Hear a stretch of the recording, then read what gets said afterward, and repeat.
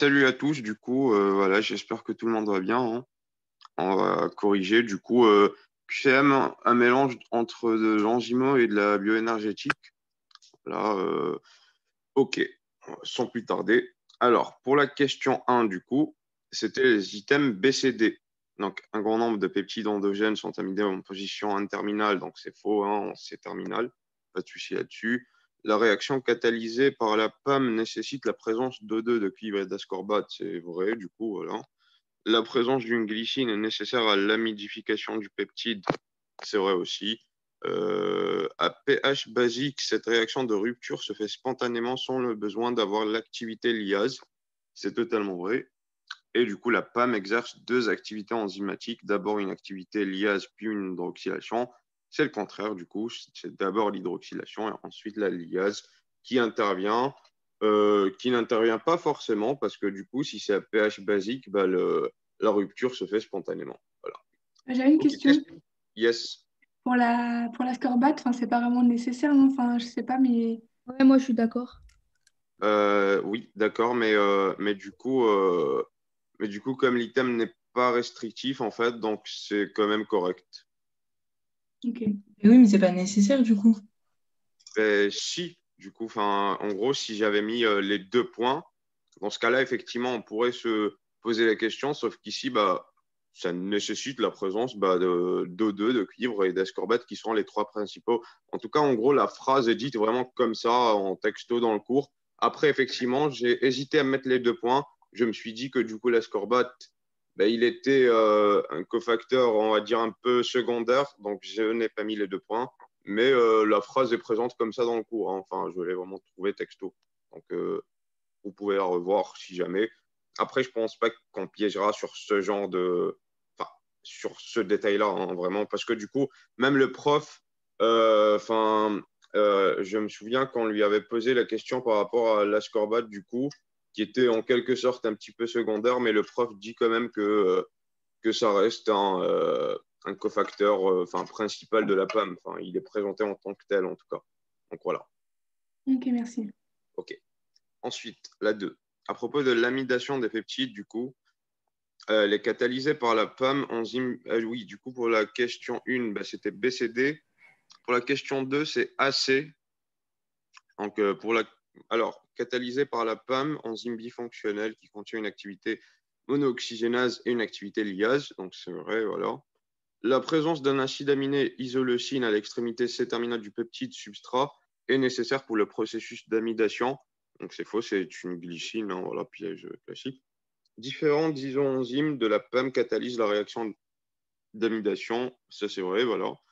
L'acide glyoxylique est le principal produit de la réaction d'amidation. Donc c'est faux parce que du coup c'est un produit secondaire, hein, voilà. Donc le principal, ça reste le peptide amidé et non pas aminé. Le produit intermédiaire hydroxylé au niveau du carbone alpha est très stable à pH basique. Voilà, donc voilà, très instable. Euh, Pas de souci là-dessus. Donc c'était assez. Alors, pour la 3, les enzymes possèdent un pH optimal de fonctionnement qui est acide pour la trypsine. Donc c'est faux parce que du coup, pour la trypsine, le pH est basique. Par contre, pour la pepsine, le pH est acide dans ce cas-là. Voilà. Pepsine, qui est une enzyme située au niveau de l'estomac, alors que la trypsine est plus vers l'intestin grêle, donc après l'acidité de l'estomac. La PCR est formée de trois étapes successives, hybridation, dénaturation, amplification.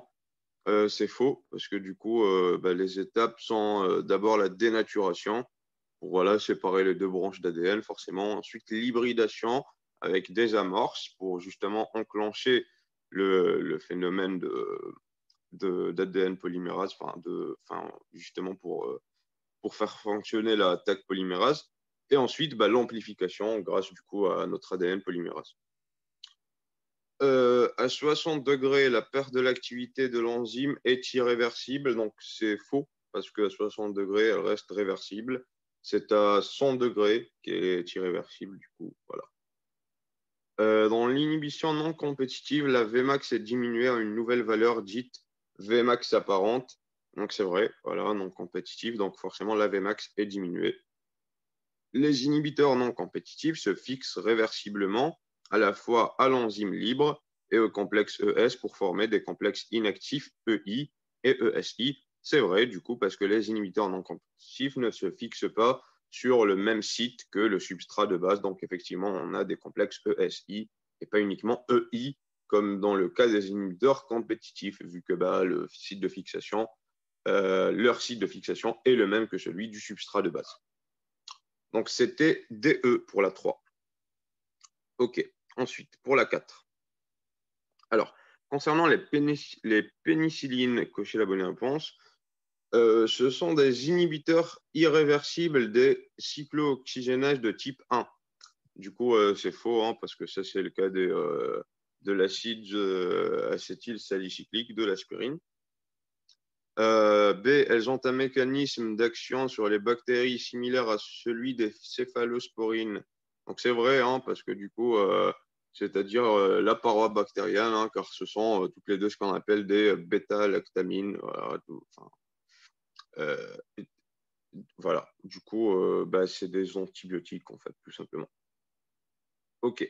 Elles inactivent la transpeptidase, donc c'est vrai, parce que du coup, la transpeptidase qui permet normalement la formation. Bon, là, j'ai vraiment, dans la correction, j'ai vraiment mis des détails juste pour expliquer, mais sinon, voilà, elles inactivent la transpeptidase qui normalement permet la formation de peptidoglycanes. Du coup, les peptidoglycanes, c'est justement ce qu'on retrouve dans la paroi des bactéries. OK. Elles réagissent avec le groupe sulfuré de l'enzyme sur laquelle elles agissent. Donc, c'est faux, hein, parce que c'est le groupe hydroxylé. Du coup, c'est une sérine. Voilà. Donc, forcément, la sérine qui possède un groupement OH et non pas sulfure. Elles agissent. Oui, du coup, cet item est un petit peu. En gros, on parle de la sérine, mais on en parle indirectement. Donc, il faut se dire que effectivement, la sérine est hydroxylée, non pas sulfurée. Voilà. Donc, OK. Elles agissent comme des inhibiteurs suicides. Donc, ça, c'est vrai, du coup, parce qu'au final, c'est la peptidase qui participe à sa propre dégradation. Alors, inhibiteur suicide, je ne sais pas si l'item y est cette année.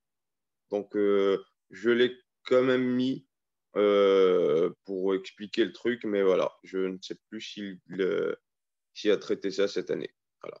Donc, au final, la 4, c'était BCE. Voilà. OK. Ensuite, pour la 5, alors, toutes les étapes de l'inhibition des pénicillines sur l'enzyme sont irréversibles.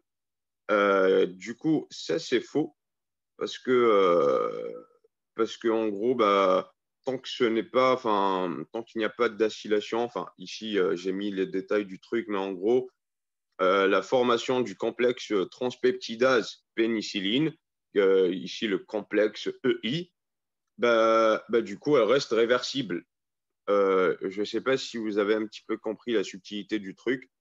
En gros, euh, tant que normalement la pénicilline vient ici, ce qu'on appelle acyler le groupement, l'enzyme, du coup la transpeptidase. Sauf que tant que ce n'est pas acylé, ce n'est pas irréversible. Donc en gros, la formation du complexe transpeptidase pénicilline, EI, est donc, elle, réversible. Vous voyez le genre? Enfin, en tout cas, au pire, voilà, apprenez ça comme ça. En gros, l'item est déjà tombé en anal, donc forcément, ça peut revenir. Voilà. Donc, en gros, apprenez que du coup, les étapes de l'inhibition, il y a d'abord une étape réversible et ensuite, après la formation, en gros, après l'achèvement de l'acylation, ici dans ce cas-là, ce n'est uniquement dans ce cas-là que ça sera irréversible. Mais pendant le truc, ça peut être réversible. Voilà. Donc ensuite, B, toutes les étapes de l'inhibition des pénicillines sur l'enzyme sont lentes. Du coup, c'est faux. Voilà. Parce que du coup, alors, j'ai mis que, puisque dans votre cours, on vous dit que la formation du complexe EI, donc du complexe activé EI étoile, est rapide. En gros, ce qui est lent, c'est l'hydrolyse. Bon, j'ai mis vraiment les détails, mais comme c'est déjà tombé en annales, donc il vaut mieux lire ça, parce que les profs considèrent qu'en gros, les annales font partie un petit peu des concours. Enfin, en gros, c'est des trucs à faire avant le concours. Donc voilà, je vous ai mis vraiment l'explication détaillée, mais en gros, apprenez que toutes les étapes ne sont pas irréversibles et ne sont pas toutes lentes. Voilà. Ensuite, le méthanol est métabolisé par les transpeptidases bactériennes pour former le formaldéhyde toxique pour les tissus. Donc, c'est faux. Du coup, bah, c'est la mauvaise enzyme, hein, parce que du coup, c'est l'alcool déshydrogénase qui fait ça. Voilà, pas de souci là-dessus. L'éthanol est métabolisé par l'alcool déshydrogénase pour former l'acétaldéhyde. Donc, ça, c'est vrai. Du coup, l'acétaldéhyde qui, lui, par contre, n'est pas toxique pour le corps humain. Enfin, effectivement, à forte dose, forcément, oui, mais on va dire qu'il est beaucoup moins toxique que du coup le formaldéhyde qui, lui, par contre, voilà, provoque des intoxications très rapides. Hein, c'est un danger de mort imminente. Voilà. Ensuite, en cas d'intoxication aiguë à l'éthanol, on doit utiliser le méthanol comme antidote. Donc c'est faux, hein, parce que du coup, ici, c'est le méthanol qui est dangereux et non pas le contraire. Donc c'est l'inverse. Donc au final, pour la question 5, c'était uniquement la D qui était correcte. Donc voilà. OK. Si jamais j'ai mis vraiment des corrections détaillées en PDF, du coup, n'hésitez pas à voir ça. Voilà. Ou sinon, apprenez ces items-là. Donc, en gros, j'ai hésité à les mettre, mais comme c'est des items tombés en annales, donc voilà, il vaut mieux prévoir le coup. Ensuite, question 6. L'inhibiteur compétitif ressemble au substrat et se lie au site actif de l'enzyme. Alors, du coup, c'est vrai. Donc, il diminue ici la vitesse de catalyse en réduisant la proportion de molécules d'enzymes liées au substrat. C'est un petit peu logique, voilà. Dans l'inhibition non compétitive, la valeur de Km est inchangée. Du coup, bah, c'est vrai aussi. Par contre, la valeur de Vmax est diminuée. Et le contraire, du coup, pour l'inhibition compétitive. L'effet d'un inhibiteur compétitif est d'augmenter la valeur apparente de Km. Donc ça, c'est vrai aussi. Hein. Par contre, du coup, la Vmax ne bouge pas ici. Voilà. L'inhibition compétitive ne peut pas être relevée par augmentation de la concentration en substrat, contrairement à l'inhibition non compétitive. Donc c'est l'inverse. Voilà. C'est juste l'inverse. Les ligases catalysent, donc c'est faux. Hein, voilà. Ensuite, la E, les ligases catalysent les réactions de création de liaison avec consommation d'ATP. C'est vrai. Voilà. Donc pour la 6, c'était ABCE. OK. Pour la 7, du coup, concernant les inhibiteurs réversibles enzymatiques. OK. Les pénicillines tuent les bactéries en inactivant la transpeptidase, enzyme catalysant la dernière étape de la synthèse du peptidoglycane de la paroi bactérienne. Donc, c'est faux, parce que du coup, le piège ici, c'est que les pénicillines sont des inhibiteurs irréversibles. Voilà, c'est un piège de chapeau. Il fallait voir ça. Donc, ce n'est pas la bonne catégorie ici.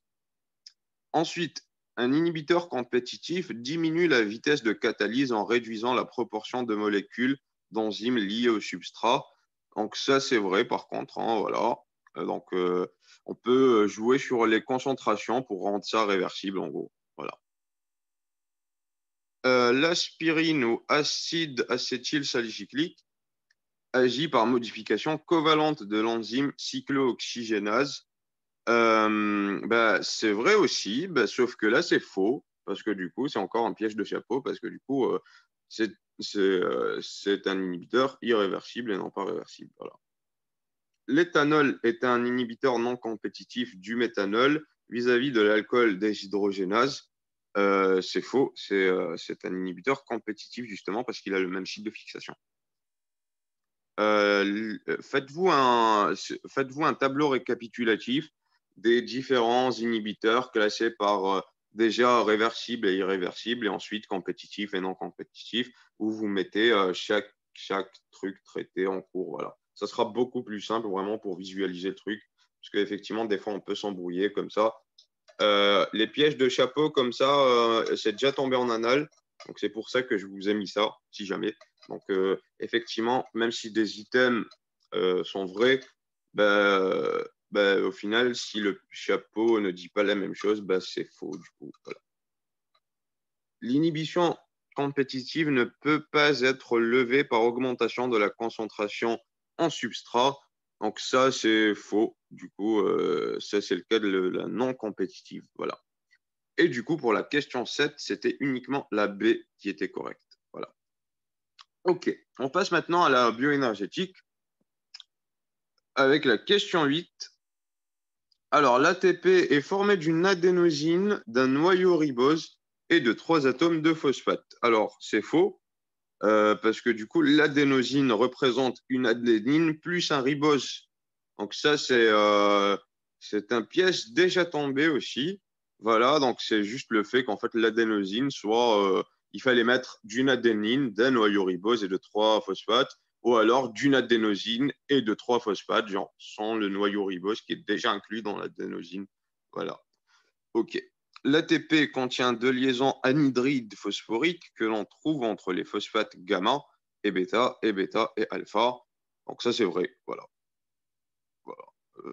Ensuite, l'hydrolyse de l'ATP consiste en premier lieu à la rupture de la liaison phosphoester entre le phosphate alpha et le ribose. Donc ça, c'est faux du coup. Enfin, ça peut être vrai, sauf que du coup, ce n'est pas en première intention en tout cas.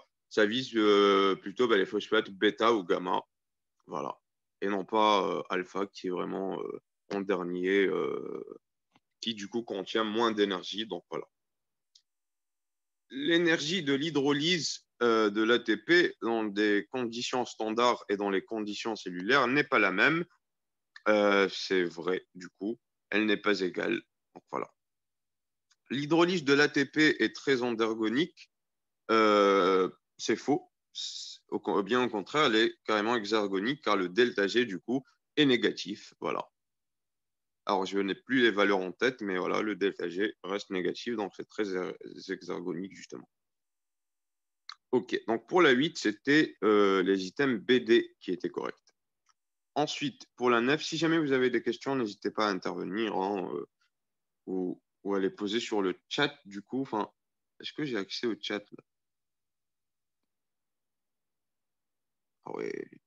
Bon, ouais, du coup, alors je ne sais pas où est le chat vu que je suis sur téléphone là, du coup, n'hésitez pas à intervenir si jamais vous avez des questions. Hein, voilà. Ensuite, pour la question 9, la synthèse d'ATP est purement électro-osmotique. C'est faux, puisque du coup, elle a une partie osmochimique et une partie électro-osmotique. Voilà, donc il y a les deux. La FAD est capable de transporter des hydrogènes.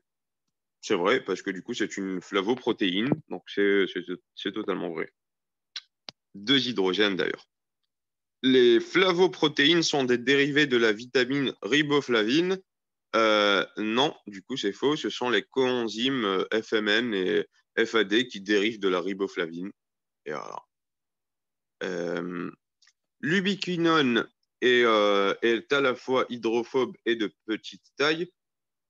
Ça, du coup, c'est totalement vrai. Et du coup, d'ailleurs, c'est grâce à ça qu'elle peut justement diffuser librement dans la membrane interne des mitochondries. C'est le fait qu'elle soit justement hydrophobe et de petite taille. Voilà. Le NAD+, sont des transporteurs d'hydrogène. Donc, c'est aussi vrai, du coup. Quoi?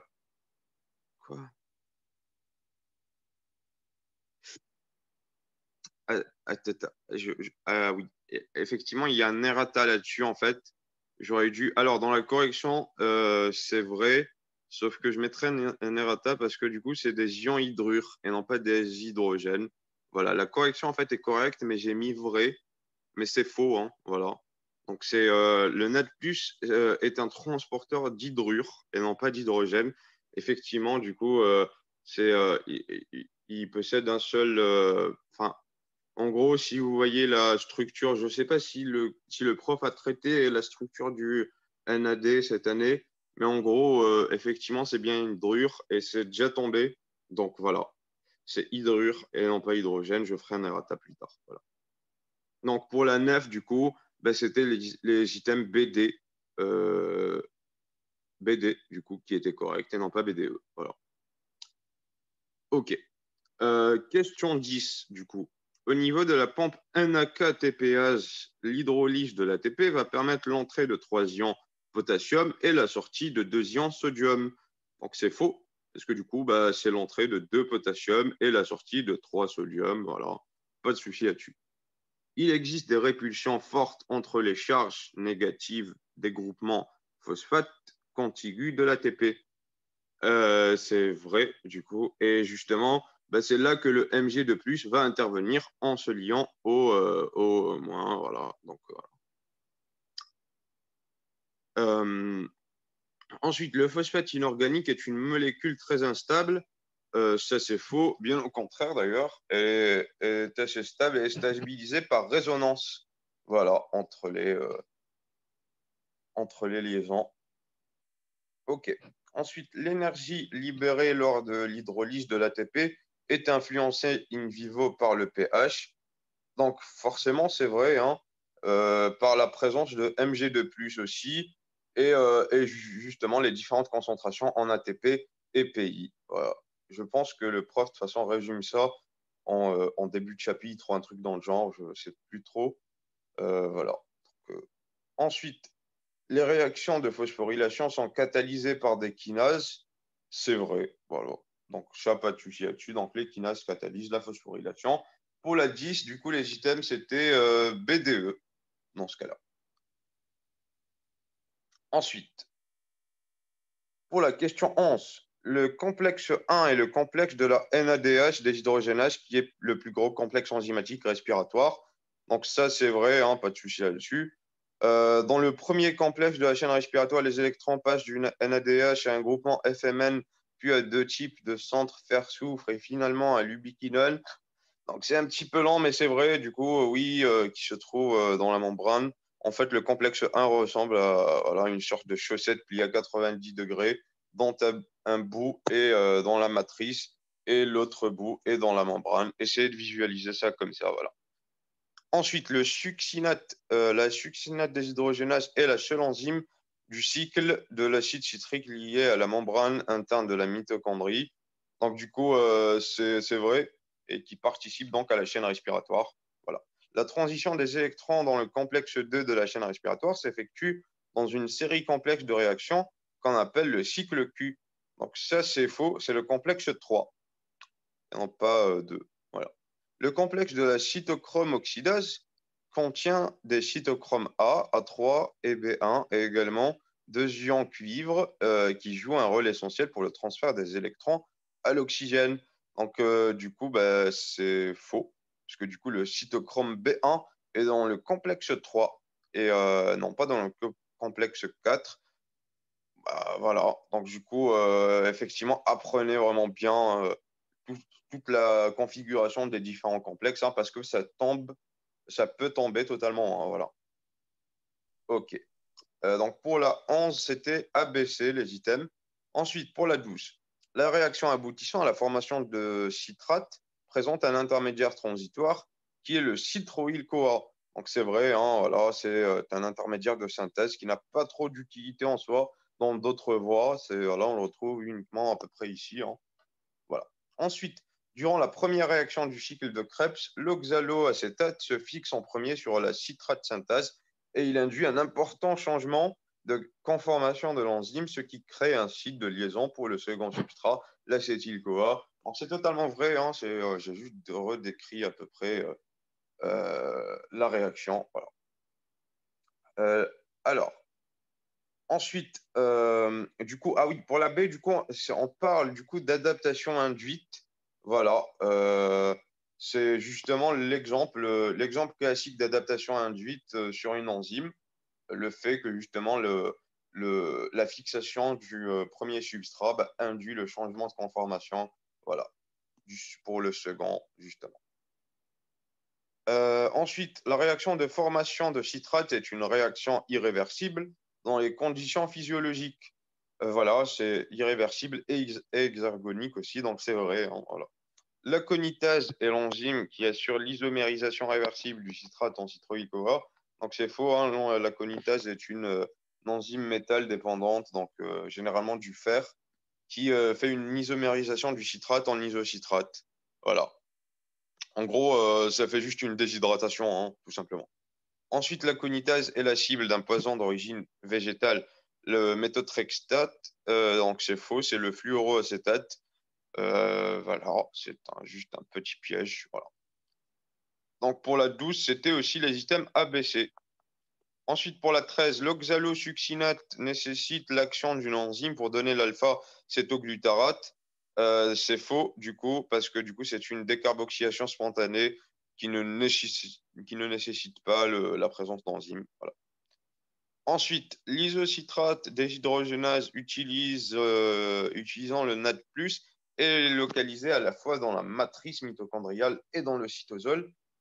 C'est faux, parce que du coup, l'enzyme dépendant du NAD+, est localisée exclusivement dans la matrice mitochondriale, et justement, c'est cette forme qui est impliquée dans le cycle de l'acide citrique. Hein, voilà. Donc, l'enzyme dépendante du NADP+, par contre, est quant à elle localisée à la fois dans la matrice et dans le cytosol. Attention, voilà. Donc, NAD uniquement, donc uniquement dans la matrice mitochondriale, un ADP à la fois dans la matrice et dans le cytosol. Voilà. La phosphorylation oxydative du succinyl-CoA entraîne la formation du succinate et du GTP. Donc c'est faux, hein, c'est une phosphorylation au niveau du substrat. Voilà. Le maléate est un inhibiteur compétitif puissant de la succinate déshydrogénase. C'est faux, parce que du coup, c'est le malonate et non pas le maléate. Voilà. Piège classique. Hein. Le cycle de Krebs fait intervenir 4 réactions d'oxydoréduction. C'est vrai, ça par contre, c'est totalement vrai. Et d'ailleurs, je vous incite à faire des moyens mémotechniques où en résumant à peu près le cycle de Krebs en différents points, genre les étapes justement où il y a des phosphorylations oxydatives, enfin des déshydrogénations, tout ça. Donc vraiment, mettez ça en étapes, genre 2, 4, 8, hein, des trucs dans le genre. Les étapes où il y a l'intervention de NAD, de FAD, voilà. Résumez ça en points, ça sera beaucoup plus simple pour ceux qui ont encore du mal à l'apprendre, justement. OK. Ensuite, encore deux QCM, du coup. Alors, la question 14. Donc, du coup, pour la 13, c'était uniquement la E qui était correcte au final. Hein. Voilà. Alors, la 14. La créatine est stabilisée par tautomérie, donc c'est faux hein, parce que du coup, elle est stabilisée par résonance. La créatine phosphate est une molécule de réserve, en particulier pour les muscles et le cerveau, c'est totalement vrai. Hein, voilà. Les liaisons présentes dans l'ATP sont riches en énergie. Ça, c'est faux. Hein. La petite subtilité ici, ce ne sont pas les liaisons qui sont riches en énergie, mais plutôt parce que du coup, la liaison en elle-même ne contient pas d'énergie. C'est sa rupture qui nécessite un apport d'énergie. Et du coup, l'énergie libre libérée par, du coup, ici, l'hydrolyse de la liaison résulte du fait que les produits en fait, de cette réaction ont un contenu en énergie libre plus faible que les substrats et que du coup, on fait en quelque sorte la différence des énergies libres, ce qui fait qu'on a au final de l'énergie, sauf que les liaisons en elles-mêmes ne possèdent pas d'énergie. Attention, gros piège, voilà. La membrane externe de la mitochondrie contient de nombreuses molécules de porine. Donc ça, c'est totalement vrai, hein, forcément. Voilà. Le FAD est le coenzyme de la dihydrolipoïl transacétylase. C'est faux, du coup, puisque c'est le coenzyme de la dihydrolipoïl déshydrogénase. Voilà, piège classique. Donc pour la 14, c'est les items BD. Ensuite, pour la 15, enfin, en fonction de la concentration des ions H+, les répulsions négatives vont être modifiées au niveau de l'ATP et diminuées au sein d'une cellule. Ça, c'est totalement vrai. D'ailleurs, c'est justement l'un des facteurs qui caractérise le fait que l'hydrolyse de l'ATP est plus exergonique dans la cellule que dans les conditions standards. Voilà. Parce que du coup, c'est fonction des concentrations, tout ça. Voilà. OK. Ensuite, dans la cellule, alors pour ce genre d'item, en fait, pour la A, du coup, ce genre d'item, où je ne sais même plus si au final ils sont dans le cours en tant que tel ou pas, mais vraiment essayer d'utiliser un minimum de logique et normalement ça devrait être correct dans presque tous les cas, hein, voilà. Donc, pas de souci là-dessus. Ensuite, dans la cellule, l'hydrolyse de l'ATP se produit spontanément car la réaction est très exergonique. Donc c'est faux, hein, parce que du coup, en gros, quand c'est négatif, ça veut dire que ça peut se faire, mais pas que ça va se faire en fait. Voilà. Donc voilà, c'est la petite subtilité en gros. Donc c'est faux. Ok. Ensuite, l'hydrolyse de la liaison ester-phosphate du PEP est une réaction endergonique. Donc, c'est faux, parce que du coup, elle est totalement exergonique, hein, et bien heureusement, parce que du coup, autrement, la glycolyse serait totalement impossible, en fait, hein, voilà. Donc, c'est faux. Ensuite, la liaison phosphate de la créatine-phosphate peut être hydrolysée en libérant de la créatine et un phosphate inorganique. Donc ça, c'est vrai. Par contre, du coup, elle est moins hexagonique que pour le PEP, mais c'est quand même pas mal négatif. Donc en gros, ça fournit pas mal d'énergie. Voilà. OK. Et enfin, tout le cycle de l'acide citrique requiert de l'oxygène moléculaire d'origine atmosphérique. Donc c'est faux, hein, parce que du coup, ce n'est que pour les phosphorylations oxydatives de la chaîne respiratoire, notamment. Et sinon, autrement, ça vient de l'eau. Voilà. Donc, et non pas d'origine atmosphérique. Voilà, tout simplement. OK, on a fini du coup pour aujourd'hui. Est-ce que vous avez des questions? Oui, moi, pour la 14C. Yes, pour la 14C. Les liaisons présentes dans l'ATP sont riches en énergie. Dans le cours, ils disent qu'on le dit par abus, mais on le dit quand même. Alors, je ne sais plus si c'est un item d'anal ou pas, cet item-là, mais en tout cas, en gros, l'année dernière, c'était vraiment, enfin, je sais plus du coup, mais en gros, vraiment, les liaisons, enfin, le prof le disait, je crois, hein, les liaisons, du coup, présentes dans l'ATP sont riches en énergie. C'est totalement faux, parce que du coup, la liaison en soi ne contient pas d'énergie, c'est sa rupture qui, en gros, nécessite de l'énergie. En gros, effectivement, indirectement, on peut dire que il y a production d'énergie, sauf que en réalité, on fait juste la différence entre l'énergie qu'il faut et l'énergie qu'il y a de base. Oui, Et mais au dans final, le on cours, se ils disent retrouve vraiment avec ça. un apport d'énergie, mais la liaison en soi ne contient pas d'énergie. Mais dans le cours, ils disent qu'on peut le dire, même si c'est, enfin, la correction, elle est vraie. Mais ils disent, on dit par abus que la liaison est riche. Euh, euh, Page bah, 6 Mais en fait, du... cette question, elle tombe tout le temps et des fois, ils la mettent vraie, des fois, ils la mettent fausse. Du coup, on sait même plus, genre. Moi, Dans le cours, c'est l'année clair, dernière, hein. en tout cas, l'année dernière, je suis sûr que c'était faux. Voilà. Du Ben, coup, cette année, c'est vrai. et je suis sûr que le prof en parlait aussi. Vraiment, chez la prof, du coup, genre, j'ai vraiment cette vision en tête, mais je ne sais pas, du coup, si Mais là, je l'ai c'était sous les yeux. Vraiment, dans le cours, ils disent, on dit par abus que la liaison est riche en énergie. OK, OK. Euh, bah, je sais pas. Ben, je te Pour moi, ça l'envoie en reste quand photo même si tu faux, hein, veux. parce que du coup, vraiment, la prof a vraiment pris du temps pour expliquer ça. Enfin, je ne pense pas que cette année. Est-ce que c'est une nouveauté de cette année, du coup? Ben, je sais pas, mais en tout cas, vraiment, Non, mais est-ce que sur genre, le cours, c'est en rouge ou pas, genre mais dans le ils sens font rouge? plus quand ça change trop, ils enlèvent le vert et tout, là. D'accord, Mais je d'accord. te l'envoie si tu veux.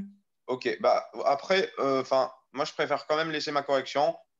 Après, c'est vous qui voyez du coup le jour du concours. Effectivement, ça fera partie des items un peu délicats comme ça.